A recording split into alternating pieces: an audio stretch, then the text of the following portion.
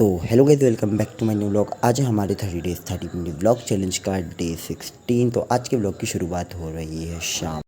मैं जा रहा था बाहर दही लेने के लिए, फिर मैं आ गया डेयरी पे। दही लेके मैं आ गया अपनी चप्पल सही करवाने के लिए। फिर मैं आ रहा उसके बाद मैं आ रहा था घर, तो भोपाल की गर्मी ज़्यादा हो रही है। फिर मैं आ गया घर जल्दी। फिर मैं अपने दोस्त को कॉल, क्योंकि हमें जा रहा था बकरा घुमाने के लिए। फिर हम आ गए बकरा घुमाने के लिए, और आज हमारे बकरे इतना ज़्यादा लड़ रहे थे, तो उसी के डर से हमारे फजील भाई खस्सी वगैरह लेके बाहर खड़े हुए थे, तो बकरे मुझे मार ना दें। फिर हमने खाई मंचूरियन। फिर हमारे घर में कैट आई थी, मैं उसके साथ खेल रहा था।